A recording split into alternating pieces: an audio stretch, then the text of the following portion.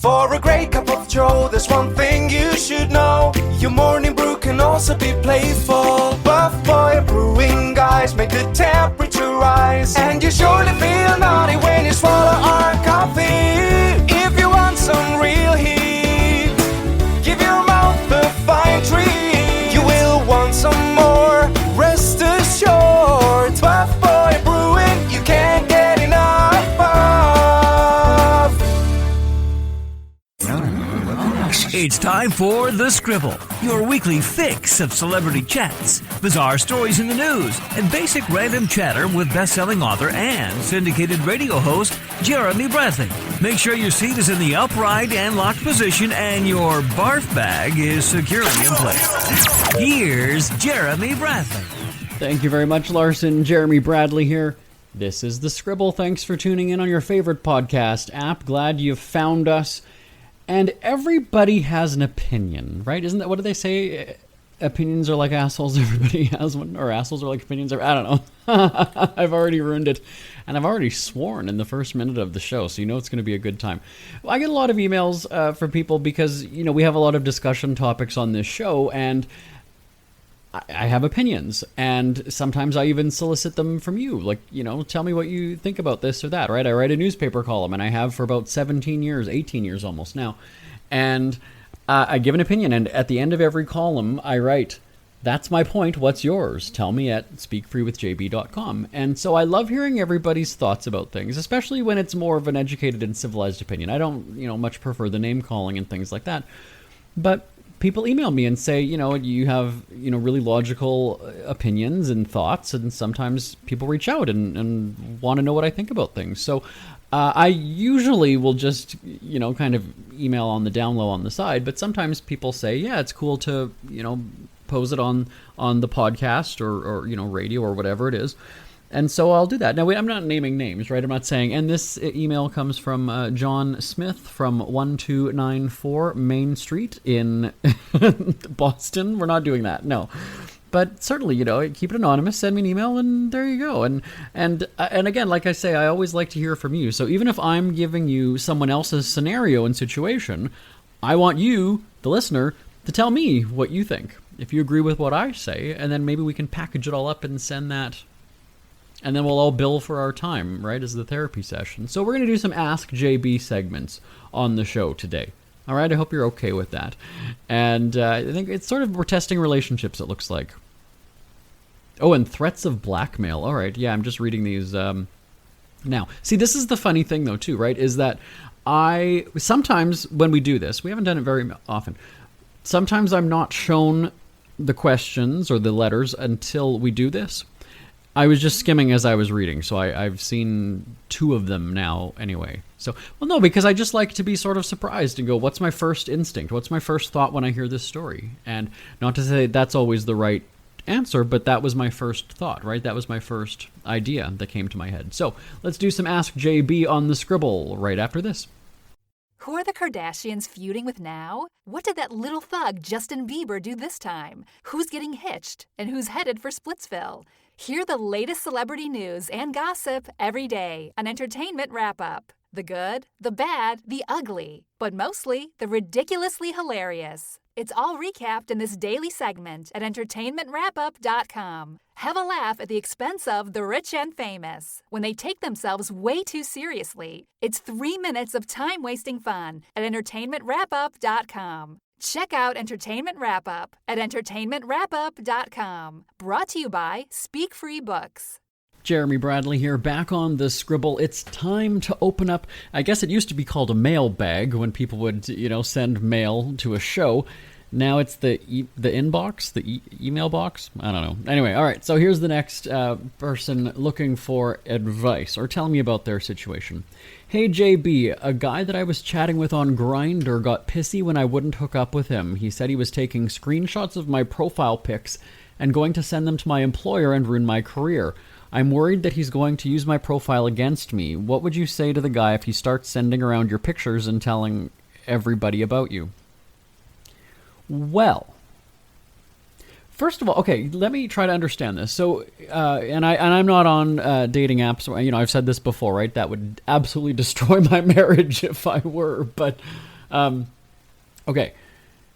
So he said he was taking screenshots of my profile pics and going to send them to my employer and ruin my career. Well, this is the thing that has always sort of confused me, because even back in the day, when there were gay chat, I don't even know that necessarily means, like, is it a gay thing or is it not? I don't even know. But you had gay chat rooms and people having a picture of themselves, or 2 or 3 or 4, whatever it is. And I never understood why people would think, like they're on the down low or whatever. It's like, but you're putting pictures of yourself out there. That would be like creating a Facebook page out in the public, and then if it gets you in trouble, blaming people for drawing attention to it. Like, I don't, that's where I've never really understood this logic. Do you see what I'm saying here? So he said that he was taking screenshots of my profile pics and going to send them to my employer and in my career. How, if you're showing who you are in your own profile, then you're not really on the down low then. Does that make sense? Now, let me also be clear I'm not condoning anybody threatening other people online. Let me just say that before somebody jumps at me and say, you're blaming the victim. No, what I'm saying is, if you're putting yourself in the situation, if you're identifying yourself, if you're putting it out there, it's not, when I see here that it says taking screenshots of my profile pics, to me that sounds like that's public, so anybody can see that. So you could even have, homophobes or people who are just playing tricks. I mean, you see all those people who, arrange a hookup and then murder the person. Like, anybody can download Grindr and have it on their phone. Right? If you're, if they're looking to be, scrupulous or, whatever the word would be, then anybody would see you. So I don't know, like, I mean, I guess that's a threat, it's a threat, but I'm sort of confused here. The guy is threatening to send your public profile pictures that are out there to the public. Your public profile pictures are to the public. Anybody can see it. Now, admittedly, yes, you would have to be on a gay app, but again, there's no verification that a person's gay just because they are on the app, right? Anybody can use it. And send them to my employer and ruin my career. I'm worried that he's going to use my profile against me. Again, this isn't me blaming the victim here, but I mean, if that's what you want to call it, it's like, but you've put it out there. So that would be like me, I don't even know what a good example would be. I mean, me posting pictures of me, beating or abusing my dog, and then, posting that on Facebook, and then all hell breaks loose and I get arrested and my dogs are taken away. Well, I'm not going to... How could I blame my neighbor who went and shared that with police? Because I put it out there in the first place. I mean, I guess you could say that, they're in the wrong, but it's like, but I put it out there. That was on me. So I was the one who did something wrong. So if you don't want to be recognized, it would be different if, you sent naked pictures or whatever through the messages and then they screenshot them or whatever, but it's screenshots of your profile. That's the thing that I don't understand. If you're that much in the closet, let me just give some advice here. So let me dole out some gay advice here then. If you're that much in the closet, you should not. Okay. I mean, this is somebody who's, stressed out and is getting threatened, but I mean, I'm kind of laughing because, yeah, if you're in the closet and you're trying to be on the down low, showing exactly who you are on a gay hookup app. I mean, we're not even talking like this is just a regular, like a dating profile site or whatever. I mean, I think we all know, even if you're gay or not, that Grindr is, you know what it's for. So if you're identifying yourself and you're putting it out there, I mean, you can't really, get mad at somebody for taking screenshots of your profile pics and sending them to your employer and ruin your career. And again, I would be fascinated to know what career would be ruined. Now, again, I haven't seen the picture, so I don't know what we're talking about. But I mean, if you've got your dick out or something, then, but again, I mean, I know from, contracts or whatever that I've had with newspapers and radio stations that you've got to keep but then that's on me I'm not following my own contract or my own employment agreement, or, you know, do you see what I'm saying? Like, so that's where it doesn't, then you're doing it to yourself, right? You see, I don't know. Okay, so send me an email, you guys. I want to hear from you on this one. live@jbonair.com. live@jbonair.com. I mean, this was a short message, but it's almost kind of bringing up more questions for me. I mean, what is it? 3-4 sentences. So again, not to blame the victim, but I mean, is there even really a victim here? Are you victimizing yourself at the end of the day? I mean, you're the one putting your pictures on a public profile. On a public profile, you are putting your own pictures. So whether that's your boss noticing you, or a coworker noticing you, or a stranger reaching out to your employer, I mean, bottom line is you put them out there in the first place. I mean, again, as it goes back to, here we are. Now let's start this whole debate again. Remember when we talked about that Claudia Conway story, the teenage girl, and, you know, the naked boob pictures or whatever it was, and we had all those teenagers lashing out at me? You know, kids will be kids. But here's the deal. Anybody who's had their phone hacked and their naked picture stolen or whatever it is, again, you know, you could say about blaming the victim, but like I've been saying, I mean, then don't have those pictures existing to begin with. Again, it's not right to steal, absolutely not. But I mean, you get my point, though, right? Like, then you're completely safe if the pictures don't exist, and there's no problem there. Yes, you're free to take whatever you want, but at the end of the day, I think people are old enough now to understand how the internet works.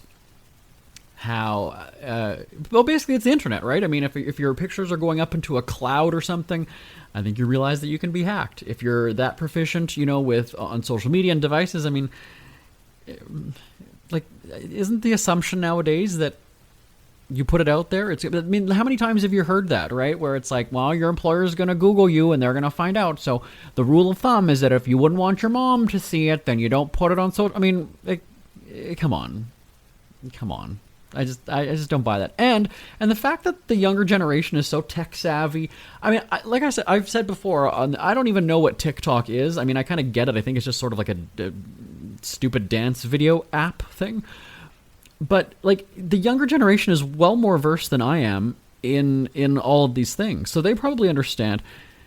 And again, if you're a younger listener, I'd love to hear from you, so that I don't sound like this just out of touch, you know, old man. But again, he was taking screenshots of my profile pics and going to send them to my employer and ruin my career. Then I'm sorry, I think that you're ruining your own career. I don't know that you can put that on somebody else. If it's public and you've willingly posted them, I mean, it's different if somebody steals them, blackmails you, creates a fake profile, you know, whatever, but like, you are communicating with this guy.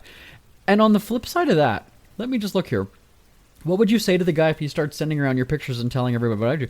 Well, now again, this is just me, but at the first threat or the first, you know, or even if you're not interested, then why engage? Why carry on the conversation? There must be a block feature. Doesn't every social media platform have a block feature that you can... Get me somebody who has...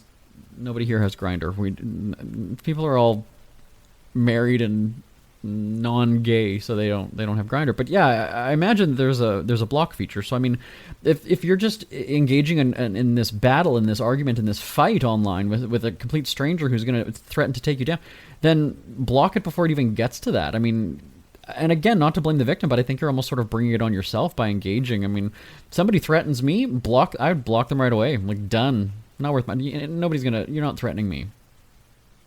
And then it wouldn't even get to that point of having to... Do you know what I mean? Like, I don't know. Again, send me an email, live@jbonair.com. Isn't it crazy that you wait for payday, but before you know it, you're strapped for cash again? It's time to stop blowing your money and become a smart spender with the book, The Official Guide to Being an American Cheapskate, at cheapskatebook.com. Learn simple ways to cut costs at home every day and during special times of the year. Don't go broke at Christmas. Don't remortgage the house for a fancy vacation. The book is filled with tips to save you money throughout the year. Check out the best-selling book, The Official Guide to Being an American Cheapskate, at cheapskatebook.com or on Amazon and iTunes. Jeremy Bradley here, back on the Scribble. Let's do another Ask JB, shall we? It's kind of fun, actually. Maybe I should just host an advice show. That'd be great. Okay, here we go. Here's another letter. Or another email, whatever you want to call it. I have a friend whose business... Oh, whose is spelled wrong. Oh, you already lost me. WHOSE, not WHO''S. I don't like you already, but I'll answer your question. Okay, I have a friend whose business recently went under. Unlike other companies, hers didn't fail because of Corona. Actually, it had a great opportunity to thrive during the pandemic. The reality is she isn't a good manager and essentially ruined her own business. She made the company all about her and not her customers. She made decisions based on what she liked and never listened to feedback when customers would say what they wanted. There's a when she shut down. There's a typo. When she shut down, she blamed everyone. She blamed the customers for not shopping enough. She blamed the product line, but it was what she picked. She blamed her friends for not spreading the word about her own company. Everything was always someone else's fault. How can I make her understand that she's the reason her business failed? Well, it's kind of interesting here that you've outlined basically all of the things that she's pointed out and had the reason for why. So I would challenge every one of those. So just like you say, she blamed the product line, but it's what she picked out. I mean, so when she's saying that to you, if you're a friend, I don't know, it's just as a friend, it sounds like you have more of a connection to the business, but like as soon as she says, well, it was the product line, I would then interrupt, and I'm not much for interrupting people, but I would say, well, who picked the product line? It kind of makes me remember Celebrity Apprentice when, Donald Trump, whatever, but, there was always the group projects. There was the project manager. And at the end of the challenge, if your team failed, it was always the project manager that kind of took the heat, right? You're the one in charge. You made the final call on things. And if it was bad, then it was bad, and that's on you. You take responsibility for it. So when you say, that, well, it was the product line, then I would flip that around on her and say, look, I mean, you picked the product line. And then she blamed her friends for not spreading the word about the company. Well, why is that on your friends? Like, what does that matter, right? Oh, so she wanted free advertising? Is that what it was? Is that what I've written books. We've had, products. We've had everything. I have never, let me be absolutely clear on this. I have never said to a family member, to a colleague, to a coworker, to a boss, I'm the boss, but I have never asked anybody to buy one of my books from me, because I just find that awkward. I've always hated going to a family get together and then your little cute niece comes up, oh, would you like to sponsor me? Would you like to buy? My answer was always, I don't have money here. Sorry. I don't bring money to a family get together. And it's not that I'm a dick or I don't support family, but it's just like, we also have a very large family. And so it's one of those things where it's like, if you donate or you give to one thing, then you got to give to all of them. So what I'm getting at, though, is it's one thing to look at that as an easy target, right? To get, a family member to sponsor, whatever. But at the same time, like, I wasn't, if they buy, a family member should want to buy your product as it is. So that's why I'm saying I would never ask them to buy the book. Either you cared to support me or you didn't. I'm not going to blame my family members, though, if my book doesn't sell. Like, that's just, I don't understand that. Like, what are you wanting them to do? If you're expecting free advertising just because... Oh, sorry, blamed her friends for not spreading the word. So this wasn't even family. Thank you for correcting me. Yeah, that's even worse then. At least family, you could say that they've got an obligation because they're family. I mean, your friends not spreading the word. So that's you wanting free advertising. That's like, do your own goddamn job. You pay for the advertising. Don't expect your friend... Like, why would I turn my, social media page or my whatever into advertising? Like, what am I getting out of it? No, I'm definitely not. I'm not doing that. Sorry. So I would I would have had a challenging conversation with her about things like that. At the end of the day, if it's really bothering, like the last question here, how can I make her understand that she's the reason her business failed? Well, maybe this is one of those things where she can just try to fool herself over and over and over again, and then it'll eventually sink in. But like, why is it up to you to make her understand that? I think that at the end of the day, she probably knows, and those are just excuses that she's throwing out because she doesn't want to look like a failure. Hey, let's be clear. there is nothing wrong with trying and failing at something. Right? I mean, what do they say? The only failure is not trying, which, I mean, I debate that. I don't necessarily agree with that, but I think that, you live and learn, right? I mean, we've all made decisions, whether that's, let's say quitting a job, right? How many times has somebody quit a job and it turns out to be a really stupid decision? I shouldn't have done that. Or moving to a different city or a different country or something like that. The reality is eventually going to set in. You can only you can only fool yourself for so long, or, you're only pulling the wool over your eyes. Everybody else can see it. So, or delusional, that's the word. Sorry, thank you. You can only be delusional for however long you accept that and allow that to go on, right? I mean, I don't know. I mean, this sounds like it's somebody who's very self-centered, very full of themselves anyway. I mean, she made the company all about her and not her customers. She made decisions based on what she liked and never listened to feedback from customers. So, I mean, she's not going to hear anything you're going to tell her anyway. I mean, really, that just based on what I'm reading here. I mean, right? Like, and then why bother? Like, it's just gonna turn into a fight, and you're probably gonna. I mean, I guess at the same time, maybe that would be an eye-opening moment for her. See, I'm a very upfront and direct person. So I mean, if this was somebody, like if this was my friend or whoever, even a family member, I absolutely would say, like, I would challenge and say, so why is it the customer's fault that your business, like, because they didn't buy enough, they're not shopping enough? You're blaming the product line. Well, you brought it in, so you know what? If it didn't work, then pivot and try something different, or add different products, or scrap the ones that don't work. Like, that's on you. I mean, that'd be like me producing a half-assed radio show and it gets canceled after 2 weeks, or it gets canceled after 5 years. Well, was it getting stale? Was it just not entertaining anymore? Was I bad at it? I mean, like, there's a whole bunch of reasons why. But I'm not going to go and blame, like, wow, nobody tuned in. Why didn't they tune in, though? You can't blame the people. They're choosing not to tune in.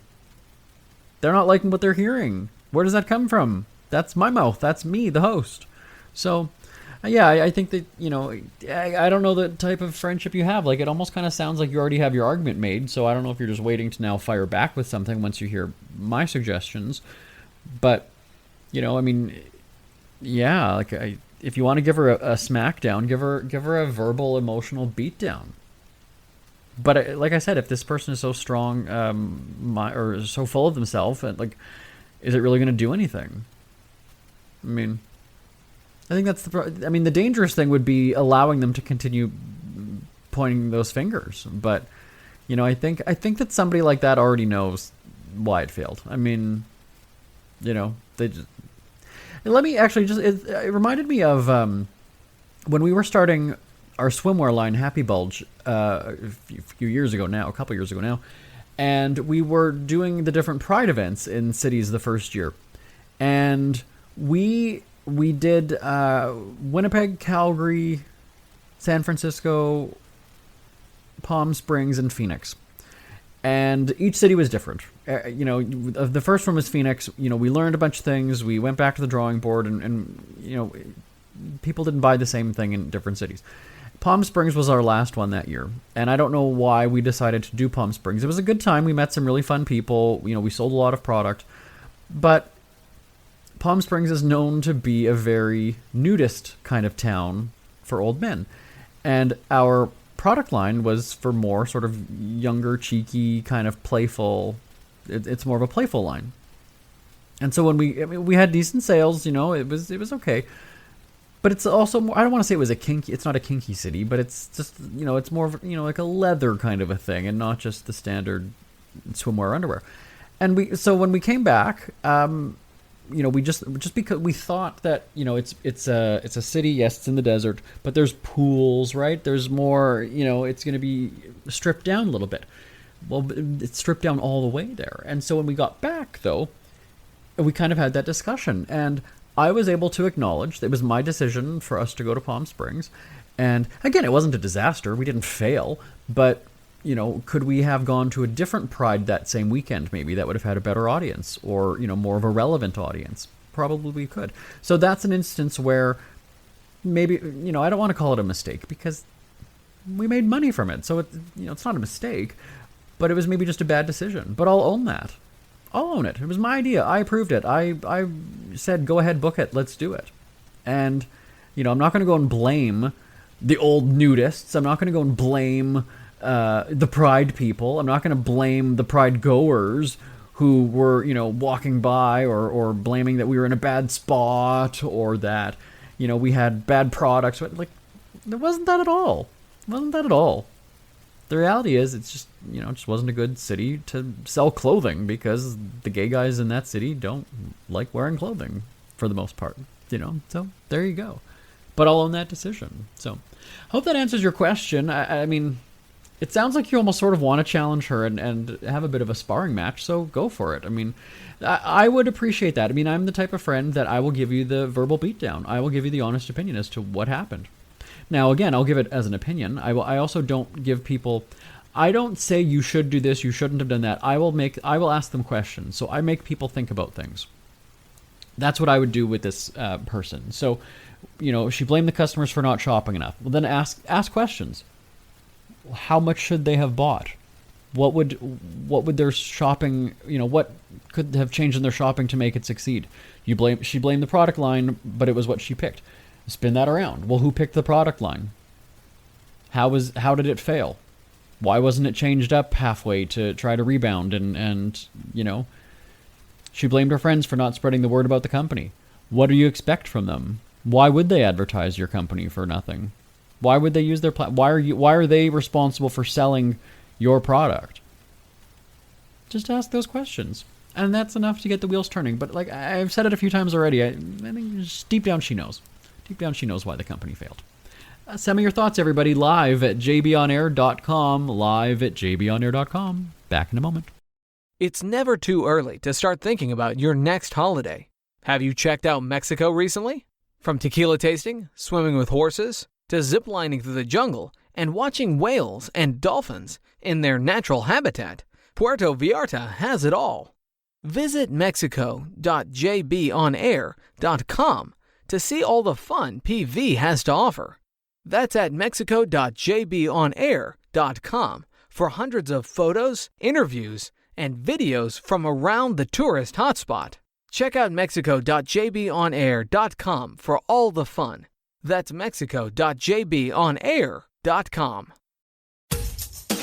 Ever had something to get off your chest but never had the balls to say it? That's a load of crap. Speak Free with JB.com is exactly what you've been waiting for. Your chance to tell it like it is and not care what anybody else thinks. Have your say on issues of the day. Join newspaper and radio columnist Jeremy Bradley as he tells it like it is. Hundreds of thousands of people have stopped by, including some well-known celebrities who have had a chat with JB and speak candidly about what's really going on in the world. You can join them too. Have a rant or a rave. Be brave and head on over to www.speakfreewithjb.com now. We hear you chirping. Get scribbling. Tweet up the Scribble at The Scribble Show. Join the discussion with Jeremy Bradley. It's all going down right now on Twitter at The Scribble Show and at thescribbleshow.com. Jeremy Bradley here, back on The Scribble. We don't have enough time to go into another Ask JB letter, but there was just some whispering here that, people are going to say that you're blaming the victim on that first letter, the whole threatening, extortion, whatever thing. But again, let me be clear. I think that not everybody is a victim here, right? So let me just say, if I walk in front of a speeding car because I didn't look both ways, generally, like when you look at a car crash like that, you're always going to say that the pedestrian is the victim. And again, you're going to argue because, well, the pedestrian has the right of way or blah, blah, blah. Well, the pedestrian didn't look and stupidly walked in front of a speeding or a moving car. So in this instance, like, is there a victim? Is there not a victim? Are both parties a victim? Again, I could say that that's like laying in the street and a car runs over me. Well, again, like, I did it. I put myself there. And so I just don't know about this whole, public profile and sharing it with people. Well, you made it and you put it out there. I mean, that's just kind of my thoughts on that. So again, I think I read enough to know. I mean, that's all the person shared. So I'm just basing on what I'm reading. So again, send me an email. Tell me your thoughts. live@jbonair.com. live@jbonair.com. This is why I say that I hate social media and I have no interest in it, because if it's going to just, destroy your life or whatever, it's just, My name is Jeremy Bradley. This is The Scribble. What a nice way to end the show. Talk to you next time. Bye, everybody. Want more Scribble? Check out thescribbleshow.com for past shows, celebrity interviews, cheapskate tips, and more. That's at thescribbleshow.com and on Twitter at The Scribble Show. The Scribble is a speak-free media presentation. If you want some real heat,